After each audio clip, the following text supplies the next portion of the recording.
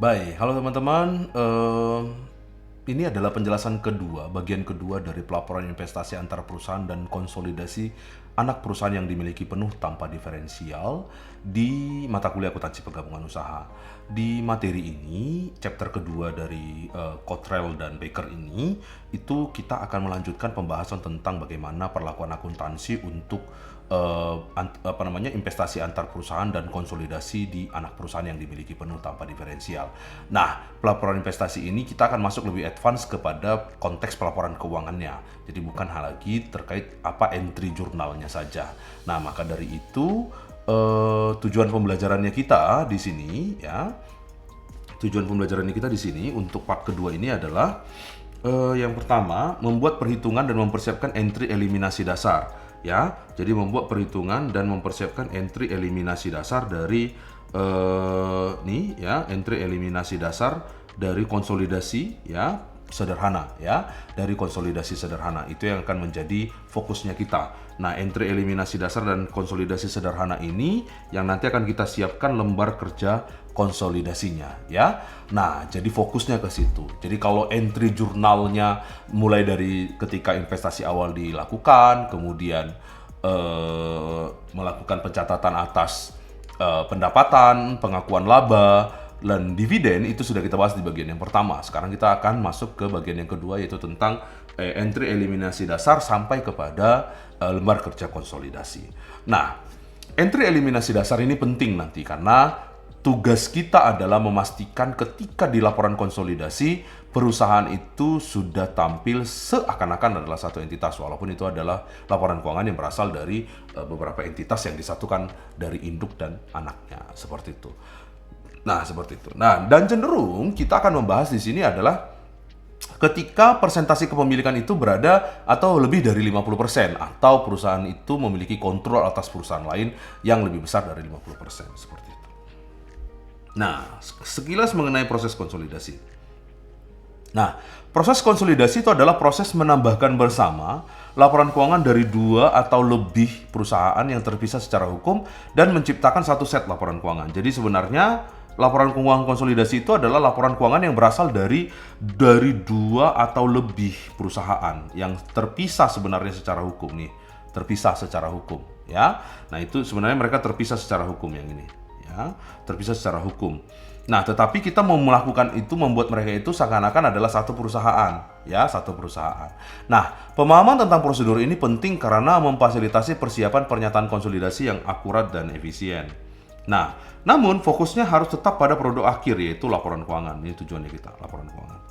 Nah, prosedur ini dimaksudkan untuk menghasilkan laporan keuangan yang tampak seolah-olah, ya, tampak seolah-olah perusahaan yang dikonsolidasikan itu sebenarnya adalah satu perusahaan tunggal, padahal itu berasal dari beberapa perusahaan atau lebih, seperti itu ya, dua perusahaan atau lebih, seperti itu. Itulah konsolidasi. Jadi kalau ditanya apa itu laporan keuangan konsolidasi, kalian harus sudah lebih paham tentunya nantinya, ya. Apa prosesnya?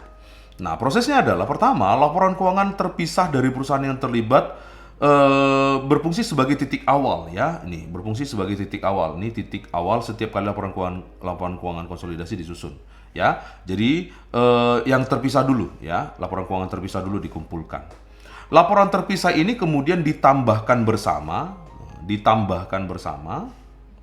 nih setelah adanya beberapa penyesuaian dan eliminasi ya. Tujuannya apa? Untuk menghasilkan laporan keuangan konsolidasi itu. Penyesuaian dan eliminasi tujuannya itu terkait transaksi dan kepemilikan antar perusahaan yang terlibat atau yang disebut sebagai terafiliasi, seperti itu ya, terafiliasi. Nah, walaupun masing-masing perusahaan adalah entitas yang dikonsolidasi dapat secara sah melaporkan penjualan dan piutang satu sama lain, entitas yang dikonsolidasikan secara keseluruhan harus melaporkan transaksi tersebut hanya dengan pihak-pihak luar entitas yang dikonsolidasikan, dan piutangnya itu harus hanya dengan yang pihak eksternal. Kalau piutang dan utang yang terlibat itu adalah di antara pihak yang terafiliasi, yaitu anak dan induk ini, itu tidak boleh dilaporkan di dalam laporan keuangan konsolidasi. Jadi di laporan keuangan konsolidasi, setiap aktivitas piutang, penjualan, hutang, dan juga transaksi itu harus dilaporkan atas yang ke eksternal. Kalau yang atas terafiliasi itu tidak boleh dilaporkan.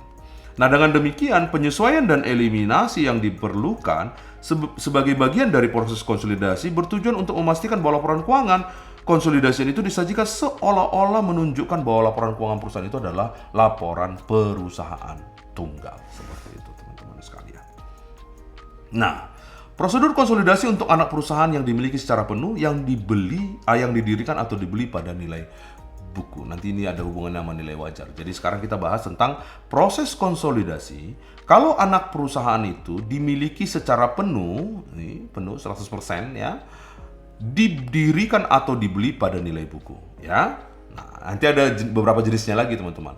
Dimiliki dimiliki penuh pada nilai buku, atau dimiliki penuh di bawah atau di atas nilai buku, dimiliki tidak penuh apakah pada nilai buku atau di atas atau di bawah nilai buku. Nah, banyak jenisnya nanti ya untuk pelaporan ini. Jadi perhatikan satu persatu. Sekarang kita bahas tentang yang pertama dulu, tentang laporan keuangan konsolidasi untuk anak perusahaan yang dimiliki secara penuh tetapi dibeli pada nilai bukunya, sesuai dengan nilai bukunya. Baik. Prosedur konsolidasi untuk perusahaan yang dibeli pada nilai buku secara penuh, ya, dibeli secara penuh pada nilai buku adalah sebagai berikut. Pertama, kita menyiapkan laporan keuangan konsolidasi dimulai dengan pembukuan masing-masing. Itu tentu ya, masing-masing perusahaan itu dikumpulkan dulu laporan keuangannya. Kemudian, entitas yang dikonsolidasi tidak memiliki pembukuan, ya. Semua jumlah dan laporan keuangan konsolidasi berasal dari pembukuan induk atau anak perusahaan atau dalam lembar kerja konsolidasi. Istilah anak atau subsidiary didefinisikan sebagai entitas di mana entitas lain yang dikenal sebagai induknya memegang kepentingan keuangan yang mengendalikan, seperti itu. Jadi itu perbedaan antara induk dan anak. Perusahaan induk dapat memiliki semua atau kurang dari semua saham biasa anak perusahaan, tetapi setidaknya memiliki mayoritas atau kendali atau kontrol, ya, yang diperlukan untuk menyajikan laporan keuangan konsolidasi. Sebagian besar tetapi tidak semua anak perusahaan sepenuhnya dimiliki oleh induk mereka. Nah, kertas kerja konsolidasi untuk anak yang dimiliki secara penuh pada nilai buku. Lembar kerja konsolidasi menyediakan mekanisme untuk menggabungkan semua akun perusahaan yang terpisah atau yang terlibat di dalam konsolidasi secara efisien untuk menyesuaikan saldo gabungan dengan jumlah yang akan dilaporkan, seakan-akan semua perusahaan yang dikonsolidasikan adalah satu perusahaan yang tunggal. Ketika laporan keuangan dikonsolidasikan atau disusun, ya, ketika laporan keuangan konsolidasi disusun, saldo akun diambil dari buku-buku terpisah, kemudian ditambahkan di dalam lembar kerja. Laporan keuangan konsolidasi disusun setelah penyesuaian dan eliminasi dari jumlah yang ada di lembar kerja konsolidasi. Itu prosesnya. Ini contoh format kertas kerja konsolidasi. Lihat di sini, ini akun-akunnya, ini akun-akunnya. Oke.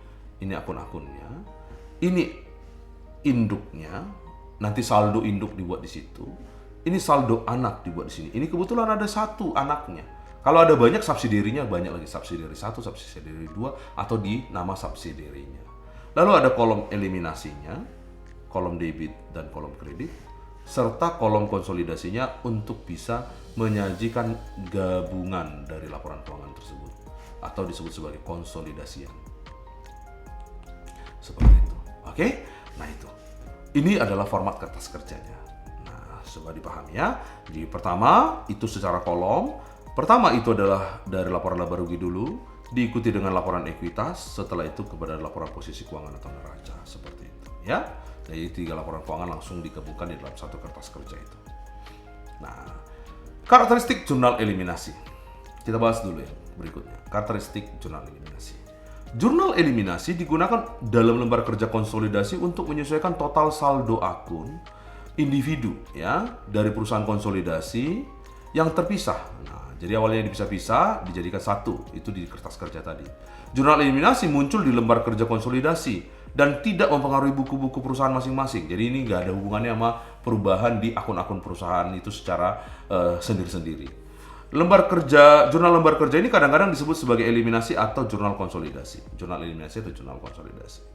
Sebagian besar perusahaan yang dikonsolidasi mencatat transaksi mereka selama periode tersebut tanpa memperhatikan entitas yang dikonsolidasikan. Jadi sebenarnya ketika ada aktivitas investasi pada perusahaan lain, itu akun perusahaan itu masing-masing itu sudah mandiri masing-masing. Jadi tidak ada hubungannya satu sama lain. Proses eliminasi di dalam konsolidasian itu hanya terjadi di kertas kerja konsolidasi. Di dalam akun bukunya secara real itu tidak ada hubungannya. Jadi tidak ada dampaknya seperti itu ya. Jadi ini hanya terjadi di akuntansi penggabungan usaha, yaitu proses konsolidasian seperti itu teman-teman sekalian. Nah, transaksi dengan perusahaan yang terkait cenderung dicatat dengan cara yang sama seperti yang dilakukan dengan pihak di tidak terkait, ya artinya normal. Jadi itu yang mau kita hapuskan. Jadi masing-masing perusahaan konsolidasi harus menyiapkan penyesuaian atau penutupan pada akhir periode dengan cara normal. Sehingga ketika terjadi di laporan keuangan konsolidasian, itu harus dikeluarkan. Itu maksudnya di sini. Jurnal eliminasi digunakan untuk menambah atau mengurangi total gabungan masing-masing, sehingga akun yang transaksi itu, akun yang ditunjukkan di dalam laporan konsolidasian itu adalah akun yang memang hanya terkait dengan pihak eksternal. Jadi pihak yang ada di dalam konsolidasian ini tidak terekam di dalamnya. Seperti itu. Nah, next, neraca konsolidasi anak perusahaan yang dimiliki secara penuh.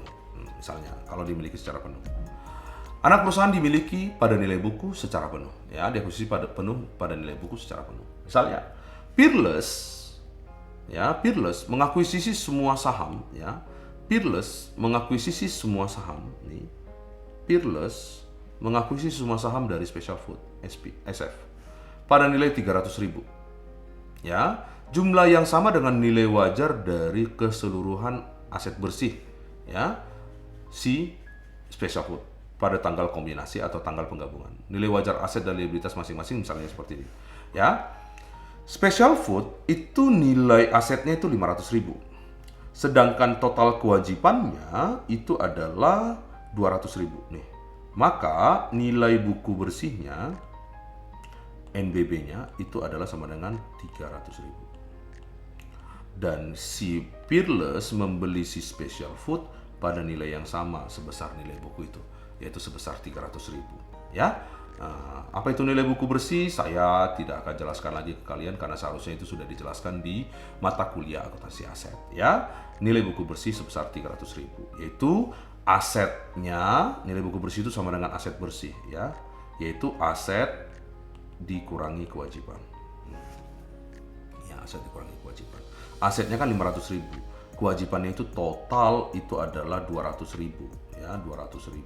Maka aset dikurangi kewajiban itu 300.000 totalnya, atau sama dengan nilai, ya, ekuitas seperti itu, ya.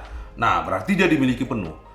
Peerless membeli Special Food 300.000, berarti dimiliki penuh pada nilai buku 300.000 itu, ya.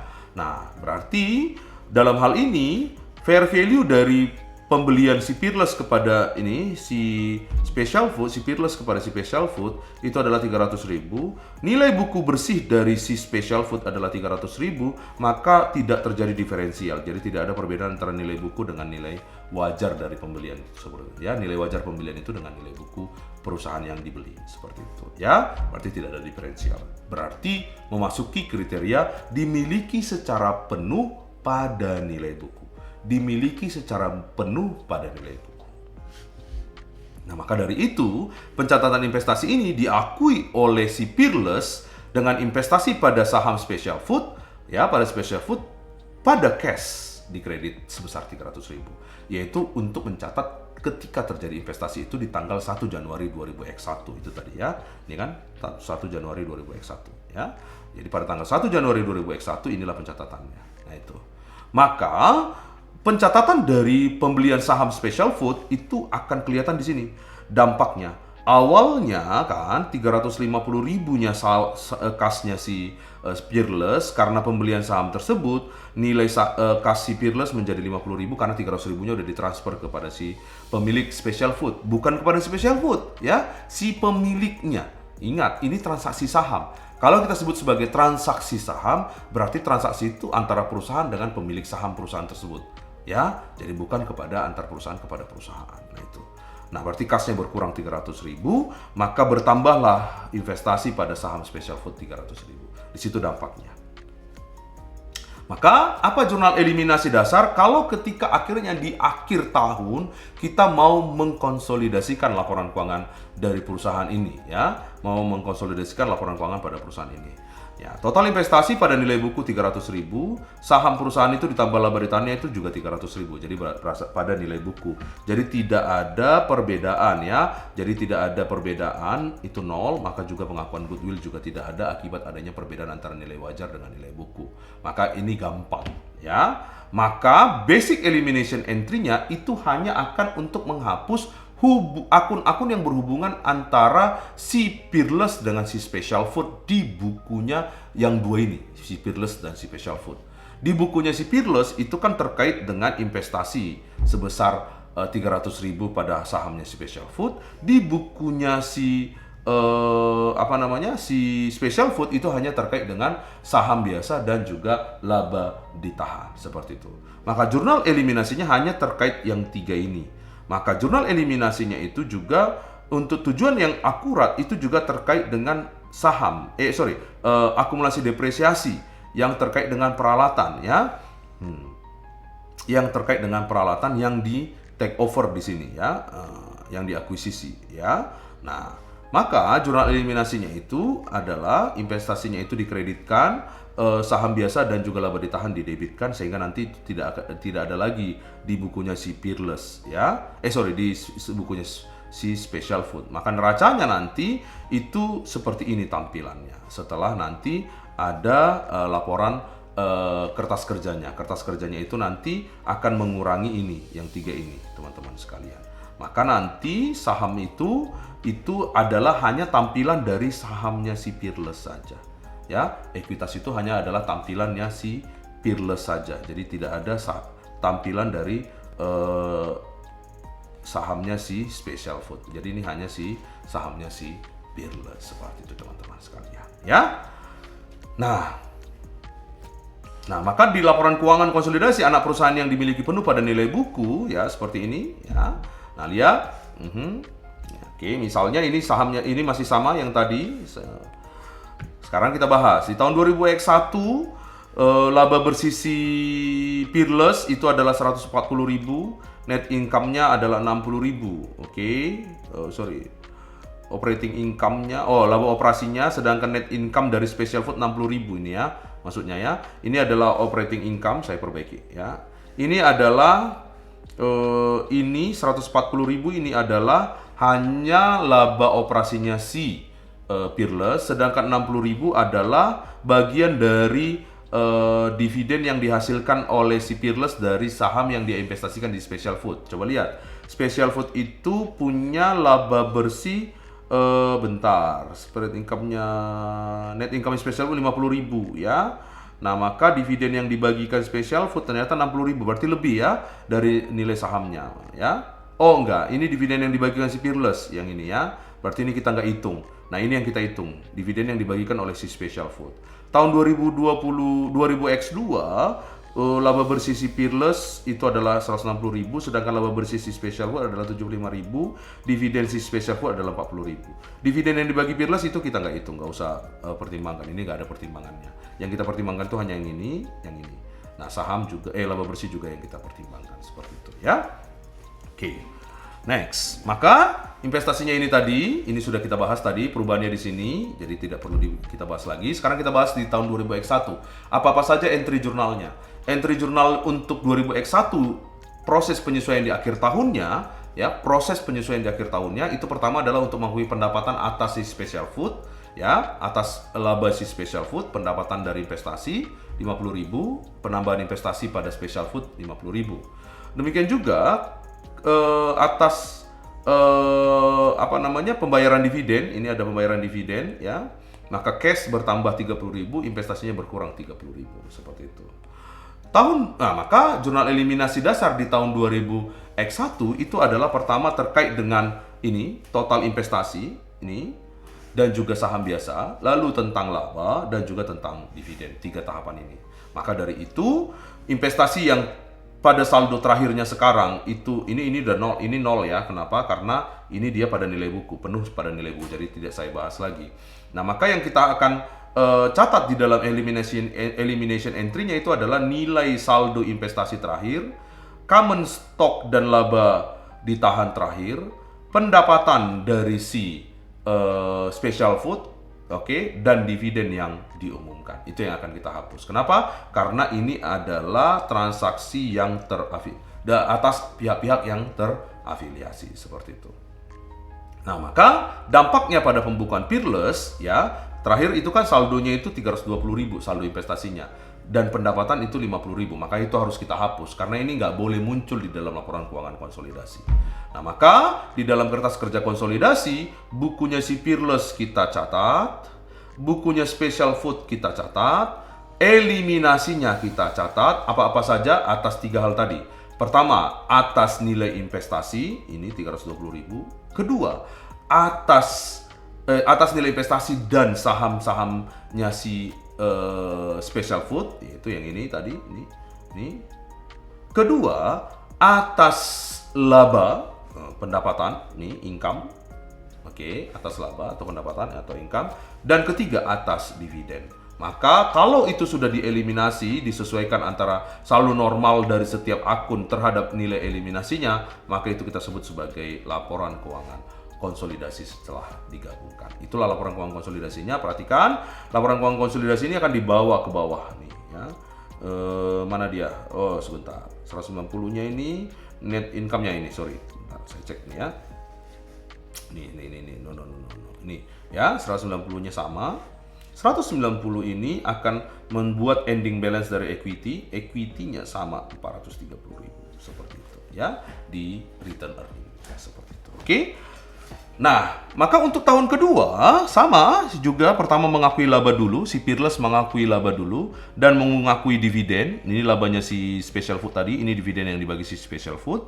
Maka berikutnya basic elimination entry-nya juga sama, masih mengakui tentang investasi dan juga saham ya, pengakuan atas nilai buku saham, kemudian pengakuan atas pendapatan dan pengakuan atas dividen seperti itu.